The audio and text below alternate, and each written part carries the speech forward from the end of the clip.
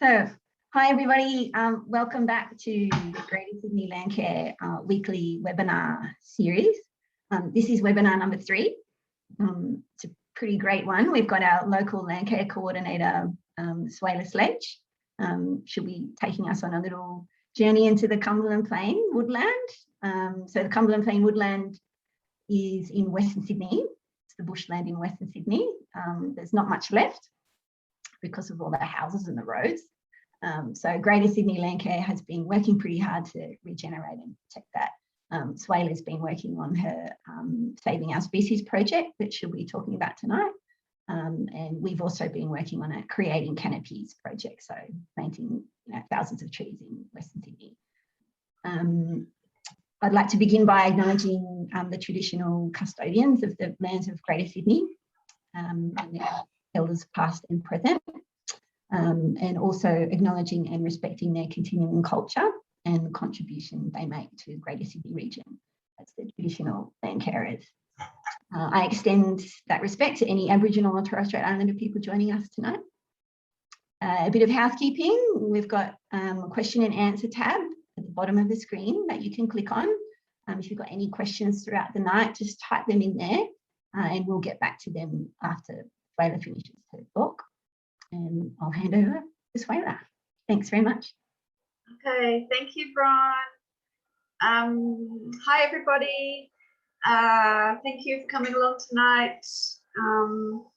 I'm going to do a presentation on the Western Sydney project that Greater Sydney Landcare is working with in partnership with the National Parks and Wildlife Service.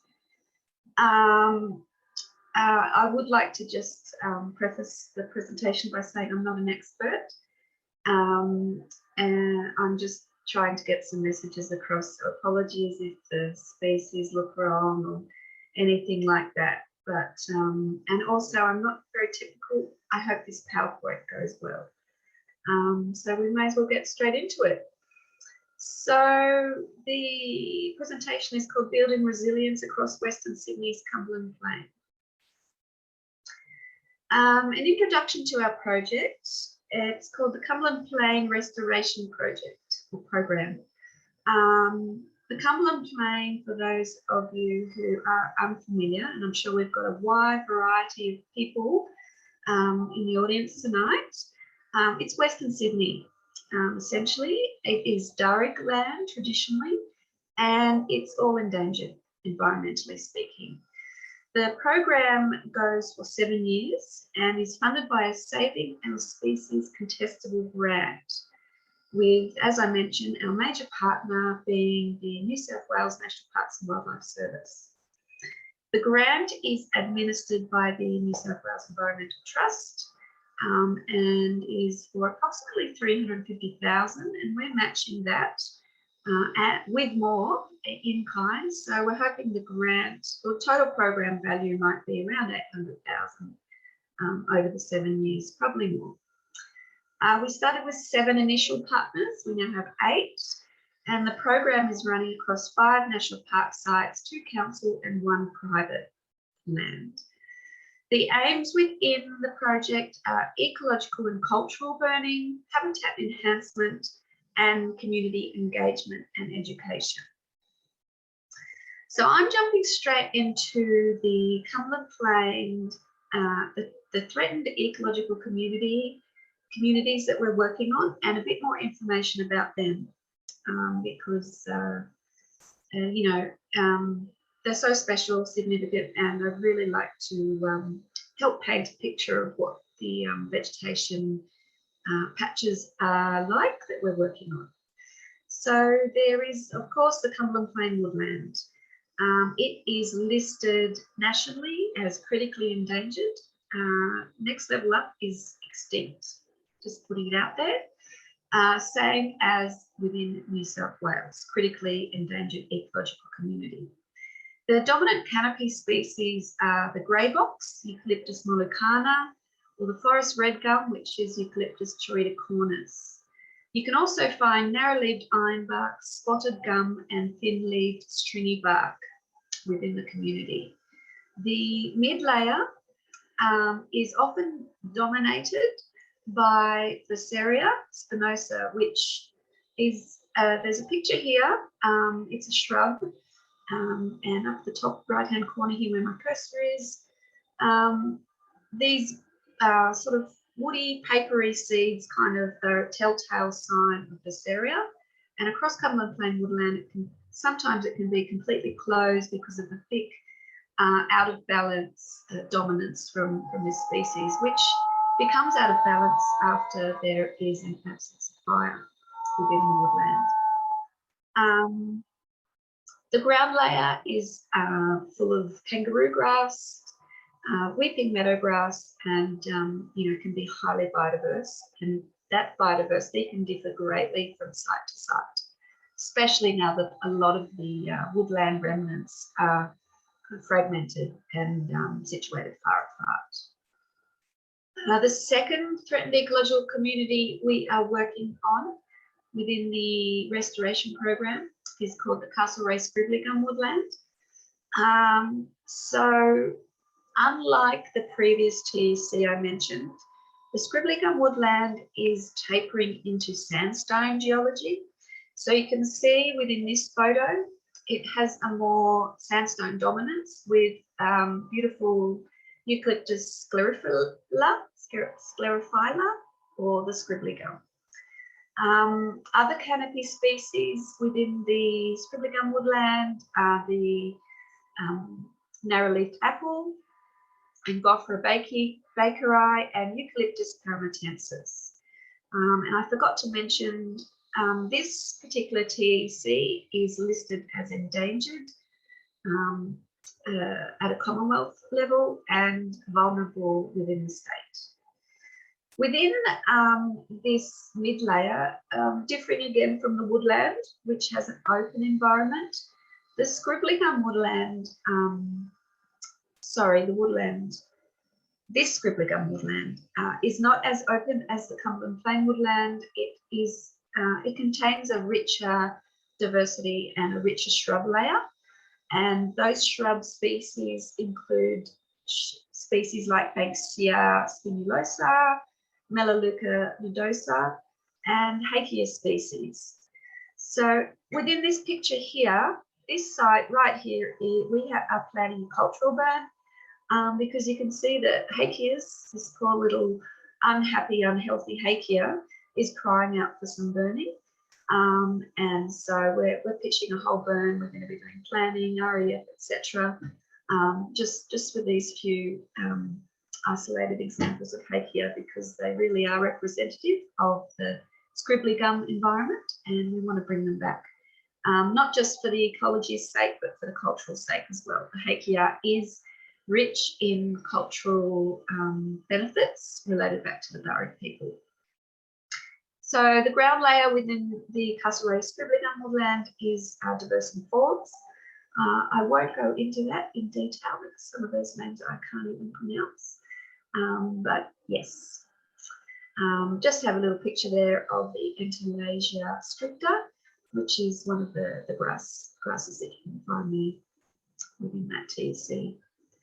So the third threatened ecological community we are working on, when I say we, that's Greater Sydney Landcare and National Parks and Wildlife Service, as well as the other partners, which I will go into a bit later in the presentation, but we are partnering also with Hawkesbury City Council, Liverpool City Council, and Conservation Volunteers Australia. This particular site is at Liverpool. It contains Cooks River Castaway Island bark forest, which is critically endangered at the Commonwealth level, and within the state, endangered ecological community. The canopy species are the broadleaved ironbark, or Eucalyptus fibrosa, and the white feather honey myrtle, or Melaleuca decora, which I have pictured here. Have also included some pictures to distinguish Melaleuca decora from nodosa, which I actually am still trying to work out myself, but the fruit is quite different. So this is the decora. And this is the nodosa. The nodosa is like more of a round clump of fruit. And also the prickly leaf on the nodosa, which is in this community, but also in the previously listed one, the Castlerace Gum Woodland. Yeah, so moving on to the mid layer, we do have the Melaleuca nodosa. We have other species like the peach heath or Lysanthe strigosa, and a number of pea flowers, including the, I think it's vulnerable, Dilwinia tenuifolia, which our Hawkesbury Council site has within it. So the ground layer, it's more sparse. It's not necessarily covered in grass, and I would consider that's probably because of the fact that this community is not necessarily as clay-based as the Cumberland Plain woodland. It's more alluvium-based.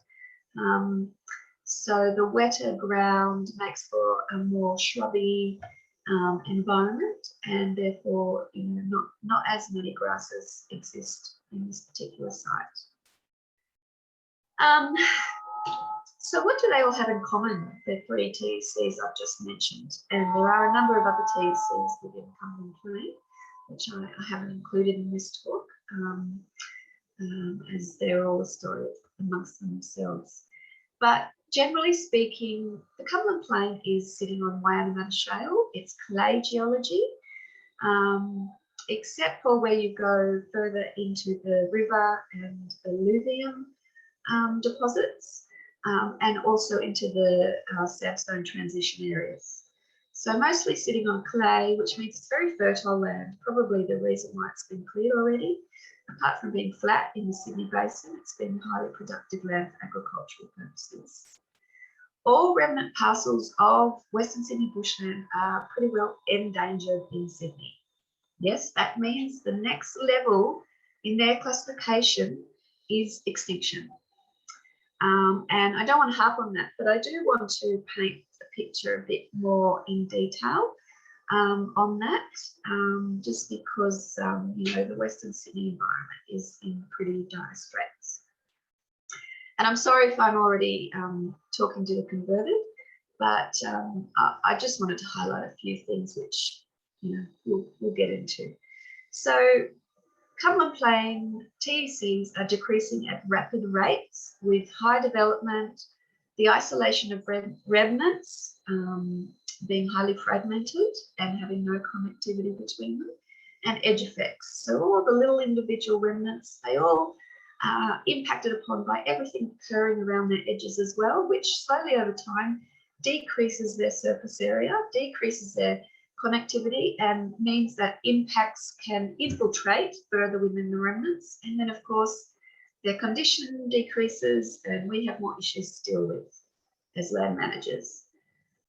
Identified threats. So within these, when I say identified threats, these are the ones that the Department of Planning, Infrastructure and Environment recognise as threats to the TECs I have mentioned, specifically the Cumberland Plain woodland.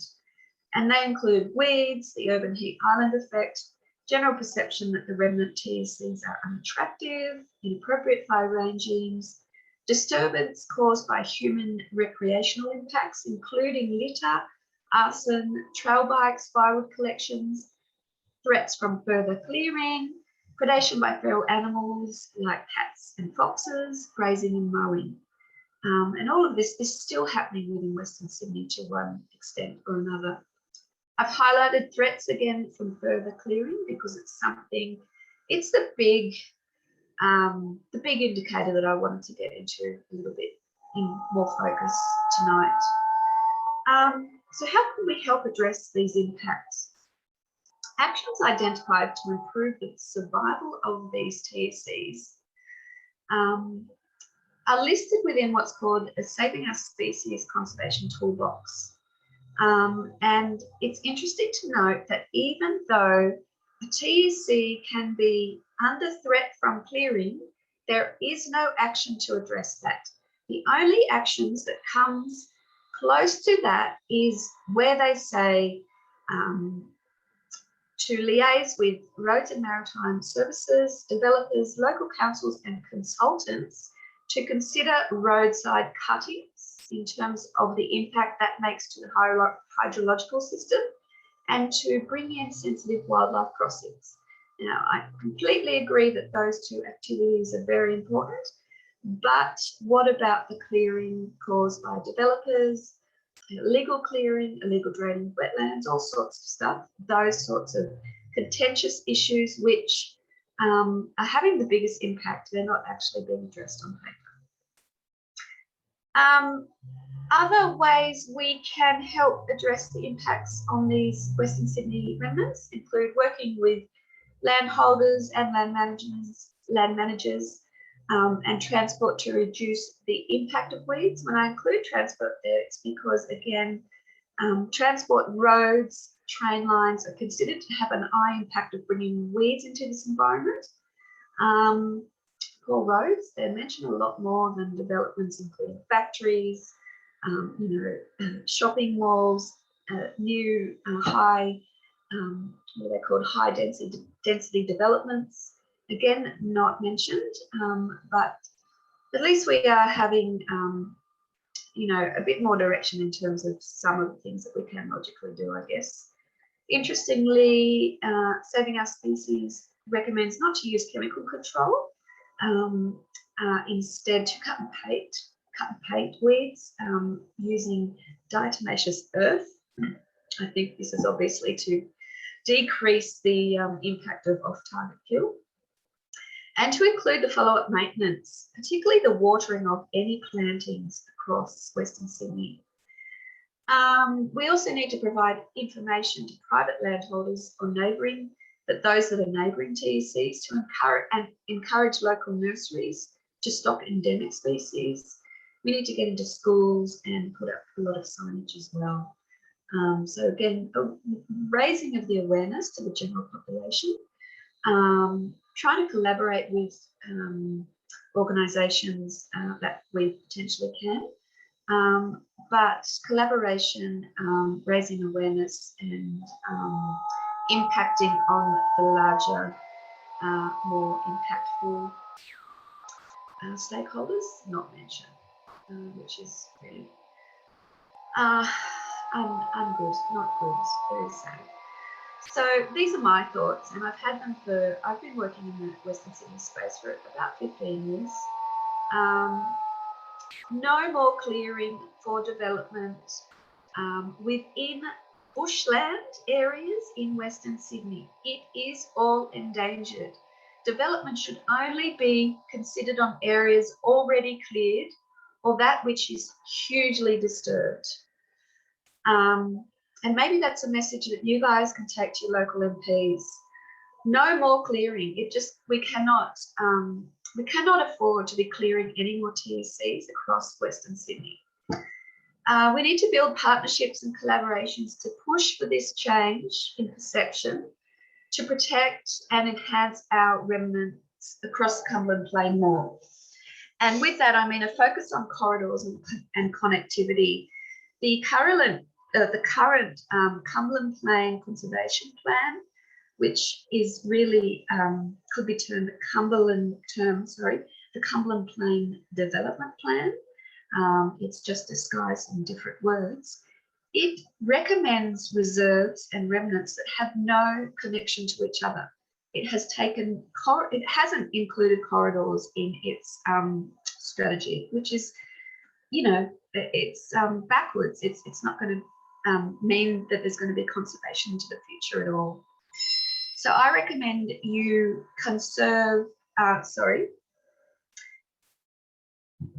I recommend you try and connect with your neighbours and start a local Landcare group or bushcare group or any other group you'd like to set up to start talking about your remnant bushland within Western Sydney.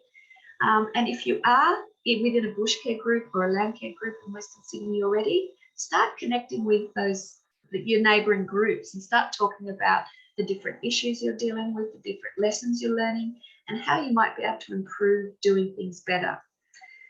As I mentioned before, start chatting with MPs and other decision makers and highlight the fact that we cannot keep clearing the Cumberland Plain. An idea which I'm throwing up is walking between your local patches of bushland to see how there could be connections made for wildlife corridors.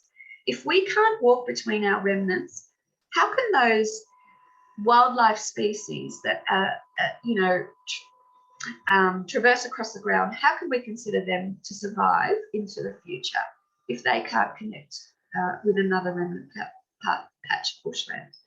So I think if we could start doing that to connect with each other, and also see where we might be able to make small connections in between bushland reserves, that might make for more connectivity for our critters across Western Sydney. Please report any suspicious clearing, any suspicious dumping, any suspicious impact on Western Sydney and further afield at all. Call the environment line. This is a state line. It is a state phone number that you can call and log your concerns. 131 555. Put it in your mobiles and make note of it, because unfortunately, again, this is a number which is not widely promoted, and I think it should be. It should be on billboards across everywhere. And moving on, consider cutting edge and radical on-ground actions to bolster the resilience on the Cumberland Plain and increase the chance for its wildlife's conservation. And within that, I am going to move into on-ground actions that we have been doing within the Cumberland Plain Restoration Program. I have stated a couple of political things in the previous slides, only because this is a Landcare presentation. And I probably should just premise that that is not the view of the National Parks and Wildlife Service, which is my main partner. But it's hard because within that National Parks and Wildlife Service, we have people that obviously are expert ecologists. They recognise these things, but the whole organisation is limited into what they can say, because within their organisation, they are also within the same department as carries out the planning within Western Sydney and further afield. So it's pretty difficult. Anyway, positive stories. Ecological burning. We have carried out 2 ecological burns within the Cumberland Plain Restoration Project. They have been within national parks, and I would like to shout out for 2 national parks for being an amazing partner. They are so fantastically skilled in all forms of burning operations. They have access, obviously, to these wonderful big reserves. And as a partner to Landcare, we just have the opportunity to work with enormous working teams of people who can get out there on the ground and prepare for burns, and carry out burns, and carry out on-ground weed control operations afterwards. Or that's probably to a lesser extent. We need more volunteers for that. But yeah, look, working with national parks is fantastic, and they are experts in the burning side. But let me get on to the burns, what happens.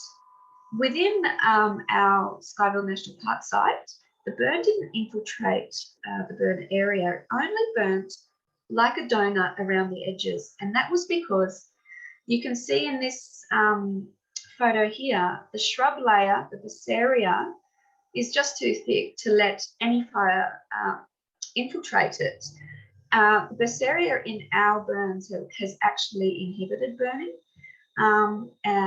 So not enough burning means that Basaria comes back, and then Basaria inhibits more burning, which means that Basaria stays there.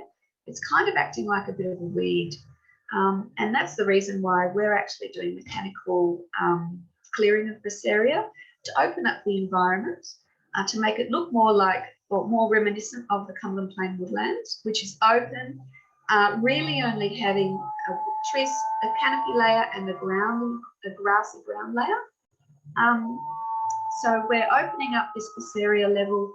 We're attacking it to bring back like a structure of the woodland environment, which is a more healthy one, but also so we can get our burn going across and throughout each of our burn plots. Okay, so moving on, this is probably the mechanical example of the thinning that we're doing. And when I say we again, I've got to mention the National Parks and Wildlife Service, because they've been doing all the on-ground activities within our program so far.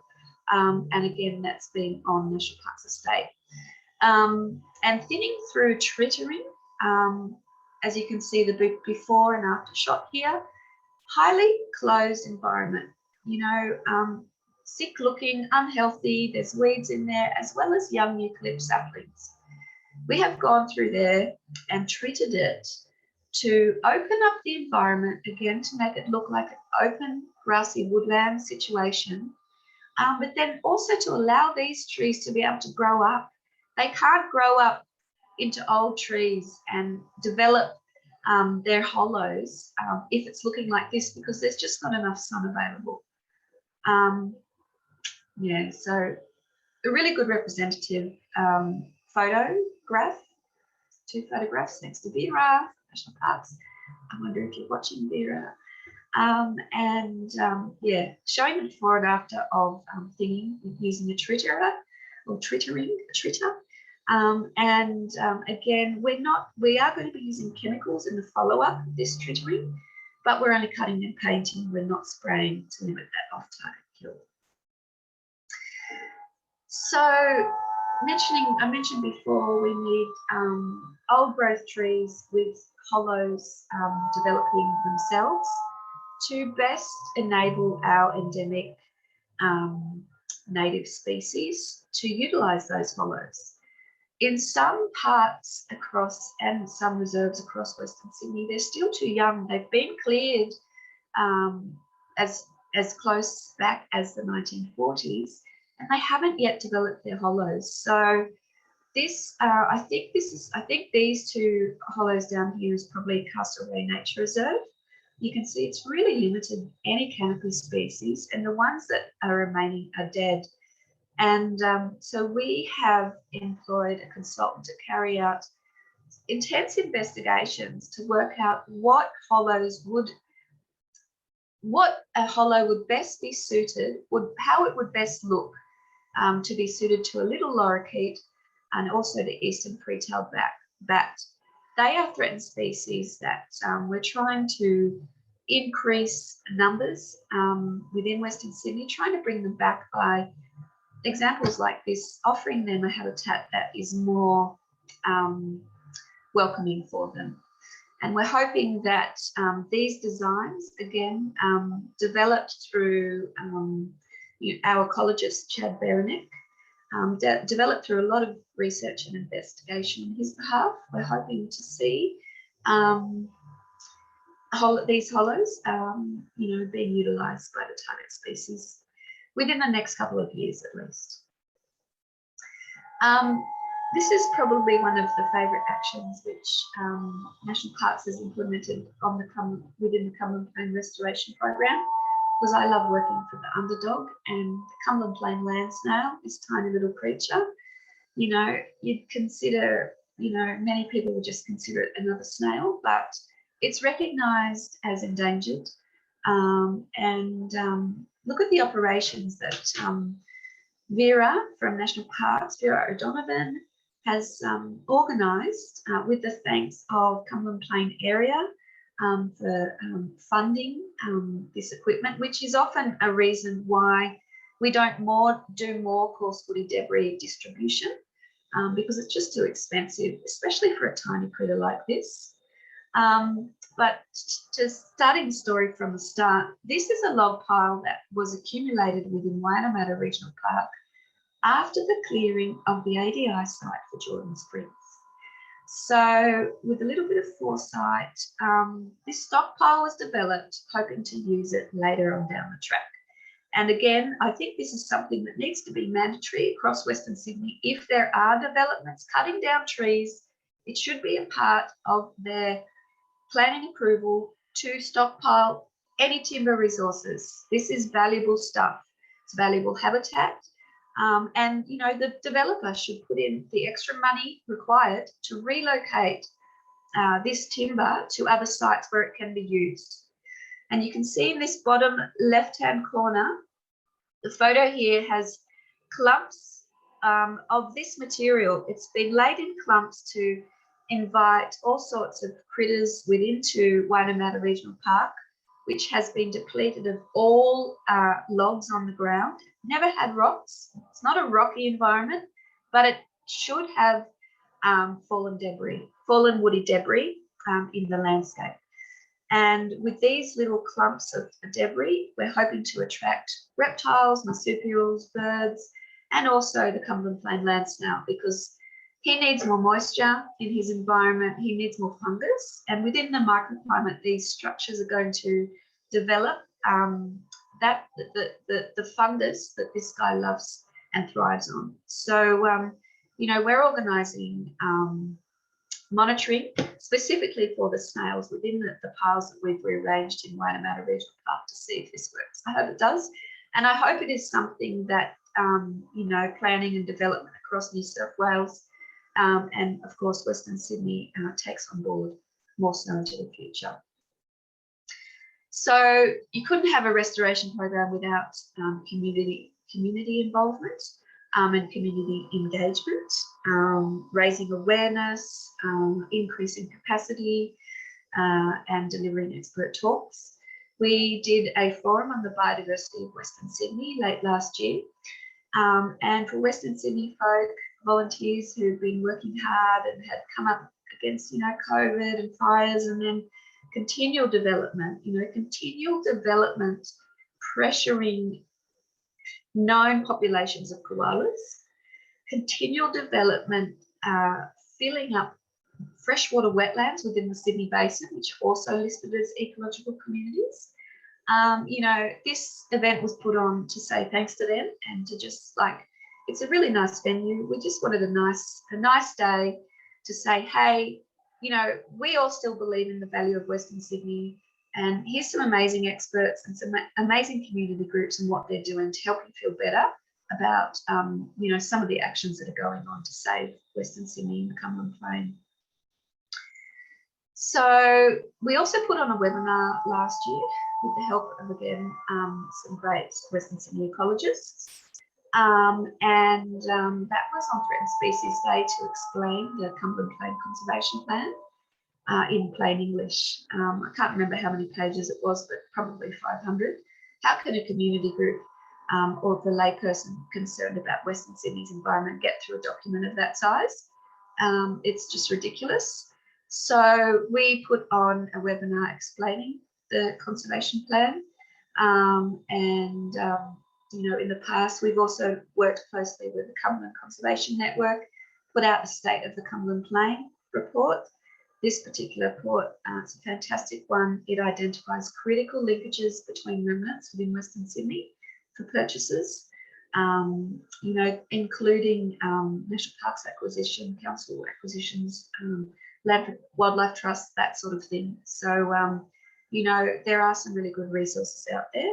And this one can be accessed through the Greater Sydney Landcare website if you would like a copy of it. Otherwise, please contact myself later on. The Cumberland Plain Conservation Plan, comments have been open and submitted, and we're not sure where that is at the moment. I think it's still open a little bit for discussion. There is still some ability to be able to manoeuvre some of the strategies within the Cumberland, within the plan. Yeah, but generally speaking, it's not a good thing. It's going to be clearing another 1,000 hectares of TECs across Cumberland Plain. And this is before offsets have even been considered and purchased for other developments, including the Western Sydney Airport, and other growth centres. So we're way behind in terms of offsetting for the development that does go ahead across Western Sydney, which is obviously a real shame, detrimental to the environment. This is some other community activities that have been going on as part of the Cumberland Plain Conservation Plan. I'm going to start wrapping things up now because I think I've been speaking for too long. We've been getting into schools with the help of Mark Fuller from Avian Nation. We have local land services helping us do a World Environment Day property walk and talk. We've done some community spotlighting events at our Liverpool Reserve. Soon to do some more, hopefully after COVID, within Waianamatta and Skyville, if anyone's interested. Yeah, more on this space. I also wanted to shout out to a few community groups within Western Sydney doing some great work. Turtle Rescue, amazing. Well, I guess it's just a couple of fellas within that group doing the majority of the work. They have been engaged after a great social media presence by developers to go in and rescue all our eastern long-necked turtles prior to dams, wetlands being filled in for development. And they often pull out hundreds of turtles and relocate them to safer environments. You can see here they've got eels as well. They also take whatever they find on site to relocate the animals so they're safe from developments going ahead. So huge shout out to you guys. You're doing an amazing job. Costa, if you're watching, they'd be fantastic to have on your shows. Save Sydney's koalas are also an amazing group. They are tackling our most wealthiest and influential of developers. They are taking them to court. They are proposing koala corridors, koala walking tracks, koala events. And, you know, again, they are really just a group of community people which are trying their hardest to save known populations of koalas in Western Sydney.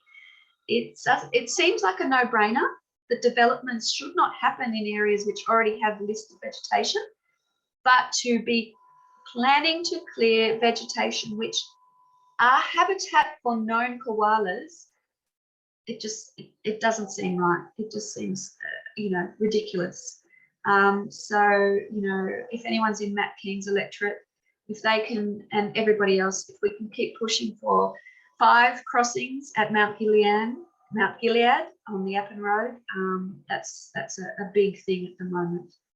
That's 5 koala-friendly road crossings to safely allow connectivity between Royal National Park, Heathcote National Park, and all the way up the Georges River into the Nepean and then to the Blue Mountains National Park. That's for koala connectivity. Crucial to be able to expand and keep a healthy population of koalas. And it's happening within Western Sydney right now. Georges River Environmental Alliance, another great group. One that I think tells a great story of what's happening in riparian areas. And this is a post, it's back from 2019. It's something I am yet to investigate into more, but it shows an area of a creek which just disappeared. It disappeared because of cracking associated with longwall mining within Sydney's water catchment. Again, Costa, if you're out there, these are amazing, significant and outstanding stories that should be told to the rest of the state, the rest of Sydney and the rest of the world, really, because who would think that our, you know, big Sydney, our big city is experiencing demolition of koala habitat trees, disappearing creek lines, and amazing work of people crawling around in the mud, rescuing creatures like the turtles. So thanks to community groups like yourselves for doing that. These guys aren't a part officially of the Cumberland Plain Restoration Program, but they certainly are contributing to the restoration of Cumberland Plain. That's about me for now. Just like to acknowledge my partners within the Cumberland Plain Restoration Program.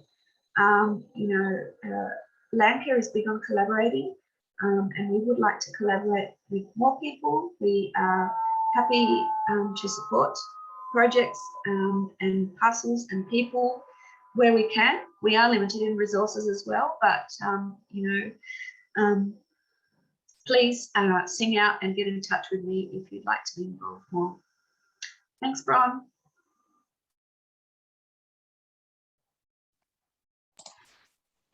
Hey, sorry. Sorry. So thanks so much for that presentation. We've got one question by the looks of it. If anyone else has any further questions, just pop them in that Q&A box down the bottom and we'll get to them now. Sorry. So someone's mentioned that they're concerned if most species will accept any of the artificial hollows. Have you had any success in the ones you've currently done, or are you still implementing sort of, you know, maintenance and checking of those hollows? Yeah, I understand that question's concern. It is, you know, something that's happened a lot in nest boxes, which haven't been designed suitably for the species. As I mentioned, our artificial hollows, which aren't nest boxes, they're actually built into the trees, so they're likely to have more success than nest boxes. They were designed after a long research and investigation of our ecologist. He talked with specialists regarding, or specialists of those species, the little lorikeet and the eastern free-tailed bat, to determine you know, the size of the entrance holes, the internal size of the cavity, and all sorts of things related to those hollows. So we are hoping to only attract the target species. They have only been installed within the last few months, and we will be monitoring them at 6 monthly intervals. So we don't have any results as yet, but hoping to have them soon. And, you know, if you're interested and you'd like to be involved in some of the monitoring of these hollows, we'd love more hands on deck to help out. Perfect. And are they relatively cost effective compared to nest boxes that are sort of, you know, attached to trees? No, I think we have spent about $10,000. I can't be sure. It might be 15 on 30 artificial hollows. So, you know, that's not too bad though, compared to, you know, some nest boxes, depending on the size, can be a couple of hundred each, I think, plus installation. Yeah. Yeah, but I guess 30 within $15,000. It's about $500 each. Yeah. Yeah, but you know, it's I guess it's scientifically backed. We are doing this work because of with the Saving Our Species program and also with environmental trust funding. So we have to be putting in scientifically rigorous, you know, methods and conservation treatments that can be monitored over time. So yeah, we're only hoping for target species within them. Okay. We've got another question. Did you engage any Indigenous groups in any aspects of your work? Yes, and I'm so sorry. I have pulled out the cultural burning slides from this presentation because we haven't actually carried out any cultural burns yet. We are planning them, and we have engaged, we're working with Fire Sticks Alliance, so Victor Stephenson, and we're also working with Greater Sydney Local Land Services, the senior Aboriginal liaison officer there, to engage the local communities, because the off-park cultural burns, of which there will be 2, will be fully culturally informed, well, almost fully culturally informed, you know, obviously because I believe that is the only way they can be called a cultural burn. The cultural burns within National Parks Estate are now being culturally informed more so, but because of National Parks situation being like a fire authority of their own, so to speak, they have their like their own little jurisdiction amongst themselves, and they had their cultural burn plans already prepared before we engaged our cultural people entirely. So the cultural community, the traditional owners will be going along to every cultural burn, but probably only a part of the actual planning of those cultural burns in our off-park sites. And those cultural burns, one will be at Liverpool at Lieutenant Cantello Reserve in Hammondville, and the other one will be the Londonderry Woodlands Reserve, which is with Conservation Volunteers Australia. Yeah, so I am big on definitely involving the cultural aspects within the burns, you know, and I have learned that you know from the onset you need to include cultural consultation, you know, for any aspect which is going to be considered as part or beneficial to the traditional owners. Because I don't want to just tick off ecological boxes. I want to tick off cultural boxes as well. But yeah, I did not, sorry, I haven't included some of those thoughts within this presentation tonight. I did in a previous presentation, but just not tonight because I'm still at the planning stage. Yeah. Perfect. Okay. And on the topic of fires, are you doing any seed collection to prepare for potential future bushfires? Not within the program, the restoration program, but I am certain that's happening across the field. You know, the Mount Annan. Mount Annan has a really large seed bank, which would be, taking stock of Western Sydney species and collecting seed in you know, case of future fires across the area. But I'm sure it's happening within local community nurseries too. Kira, you might be able to answer that. I don't know. Yeah, I think I've heard of Greenie Australia does a fair bit of seed collection, and then regen companies, as you said, do a lot of seed collection for their nurseries to grow that stock to put straight back into Cumberland Plain areas and areas across Western Sydney. But I'm not sure specifically in terms of in preparation for future bushfires. Yeah, I probably should have said, when I mentioned Mount Annan, I meant Mount Annan Botanical Gardens. They have the seed bank.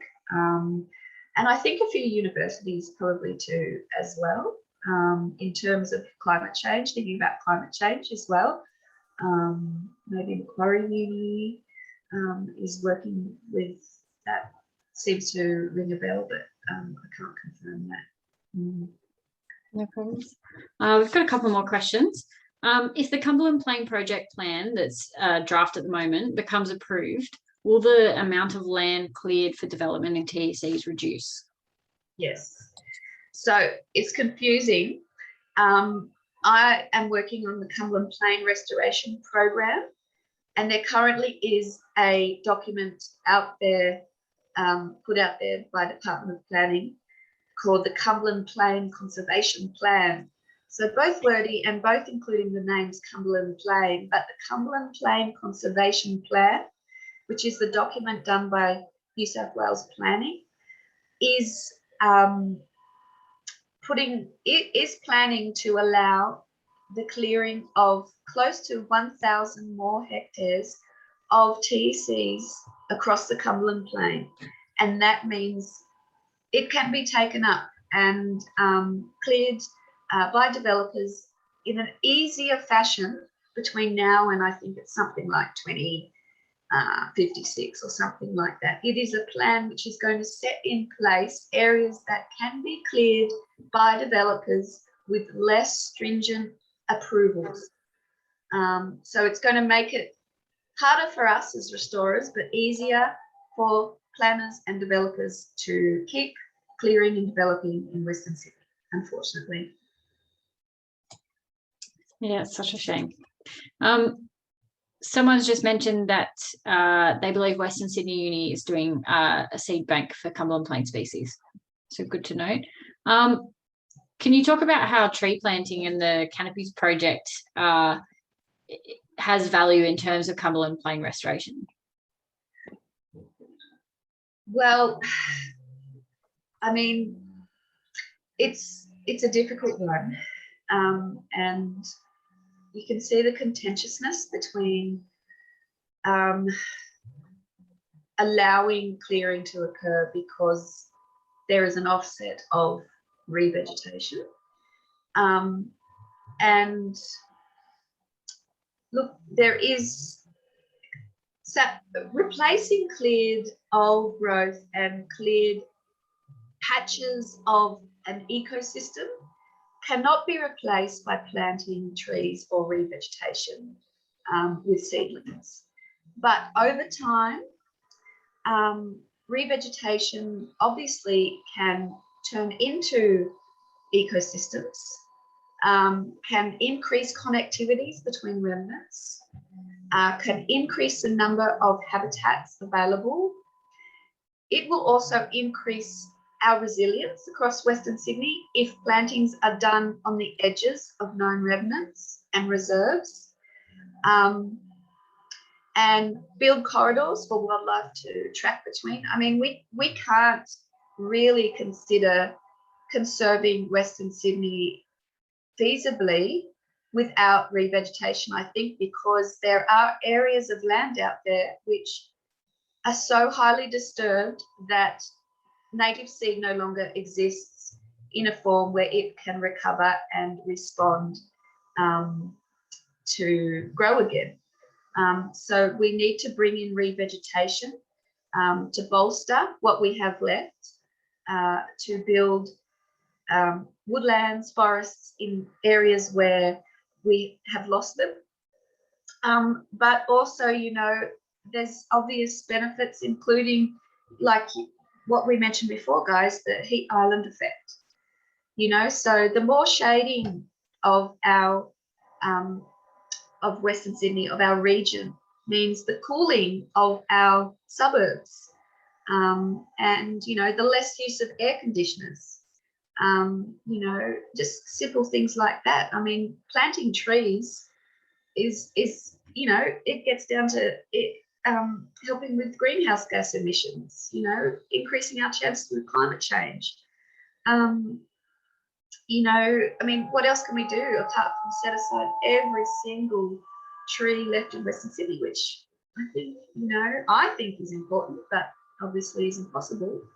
We need to be growing trees in other areas which, you know, may be depleted in trees or seeds, and are amenable to let us do that, you know, to build our ecosystem bigger.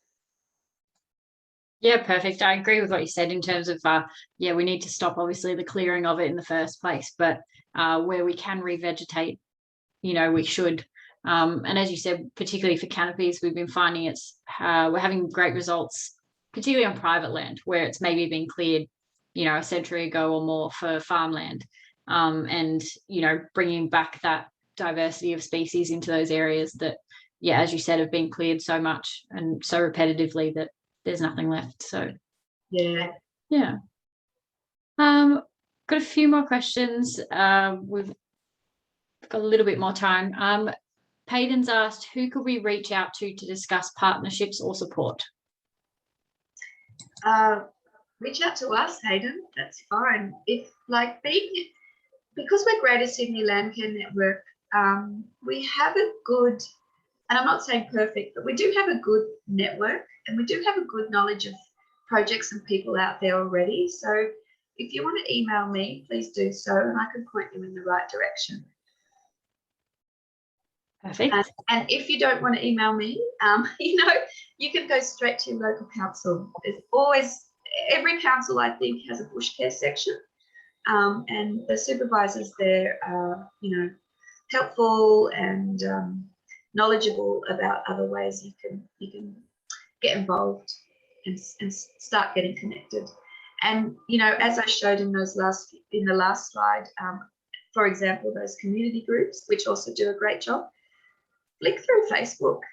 I mean, Facebook has some great initiatives and groups out there which you can approach to help them, to support them. You know, I mean, we all need more help. That's the unfortunate thing, is that, you know, I'm part-time, Kira's part-time, you know, we're all part-time doing this. And so I know it's hard to find time to volunteer, but if you can't volunteer with your time, maybe you can volunteer, you know, in other ways, and, you know, flick off an email or like a post or share a post or something. There's heaps of ways you can help. Perfect. We've got one more question and then we might end it there. What is the importance of the Cooks River Castlereagh ironbark remnants on the Cooks River, And is there any plan to improve the corridors and connect the small fragments to far west areas such as Liverpool from, Campsie and Strathfield area? Oh, that's a good question. It's a big question. I don't know if I'm capable of answering that to an extent that might satisfy that question. Can that person email me? I think they should get in touch with Georges River Environmental Alliance and maybe the Georges River Riverkeeper, is it? No, the Georges River Alliance. There's all sorts of people doing work on the Georges River and talking about connections and walks and things like that. And, you know, because Western Sydney and Sydney is such a big place, I'm not across all of that in detail.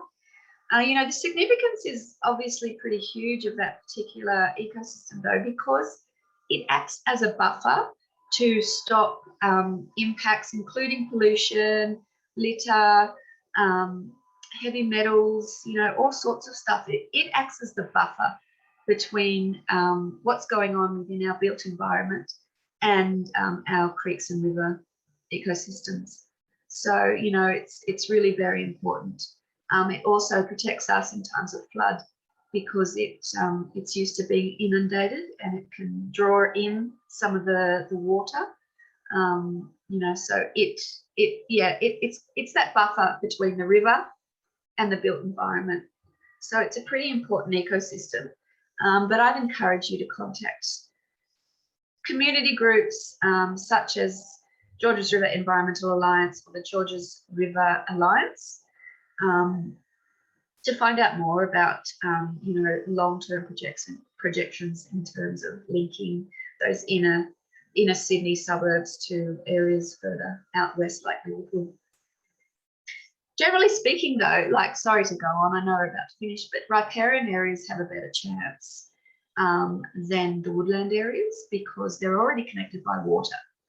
You know, that sort of is impacted when those natural water drainage lines are included within stormwater situations. You know, they're lined with cement, things like that. That can obviously impact the TEC and riparian areas, but generally speaking, we have a better chance of connecting our creeks and rivers and the remnants surrounding them than we have of the woodland remnants inland, not so close to the riparian areas. Excellent. We've also had Jess has left a comment that Streamwatch wants to help repair creeks and waterways and restore our waterways with the Riverkeeper networks. So you can always contact Streamwatch as well, which is part of Greater Sydney Landcare. So you can reach Jess through the website. It's probably one of your easiest ways, or through social media. And Susie Wright's also mentioned that you can speak to Beth Salt from Georges River Riverkeeper. Would be good contacts for that. Awesome. Thanks, Jess and Susie. Perfect. So I'll hand over to Bron, but thanks again, Xuela, for the presentation and for answering all those questions.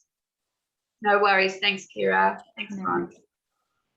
Oh, great. There is one more question. Did you want to just grab that one about nurseries? Sure. Where are the nurseries that stock trees and plants from the EECs mentioned? What do we need to do to encourage them to grow and propagate them? I could probably help answer that. You'd actually be surprised, quite a lot of the nurseries around the area stock these plants and trees. Some of them are a little bit harder to find, but you can particularly contact the wholesale nurseries and discuss with them what seed stock they've got.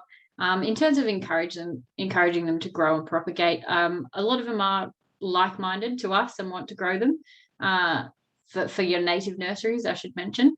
But yeah, you can always call them, and particularly if you know where some of these species are, they do need a license to collect them. But you know, if you have one of these in your backyard or something, if you've got a large property, I'm sure they'd love to come and collect seed from your property, so you can get in contact with them. Perfect. Thanks, Bron. I just wanted to add to that too. Again, your local council is a really good contact for that information, because they do have links with local nurseries, native local native nurseries and other local nurseries. And with any luck, they might also have a campaign to encourage more endemic species within the various nurseries, you know, that within the area that they're working in. So yeah, but thanks, Kira, for answering that too. All right, great. Thanks, Xuela, for that really interesting presentation. And thanks everybody for joining us. If you do have any questions, or you're keen to help out and volunteer in the future, maybe in a couple of months' time, you can jump on the Greater Sydney Landcare website, also our Facebook and Instagram, and you can send us an email if you have any questions. Yeah, thanks again. We've got a weekly webinar, as I mentioned at the beginning. So next week we will be joined by Jess from Streamwatch. If you're interested, you can register on Zoom. All right, take care, and we'll see you next time.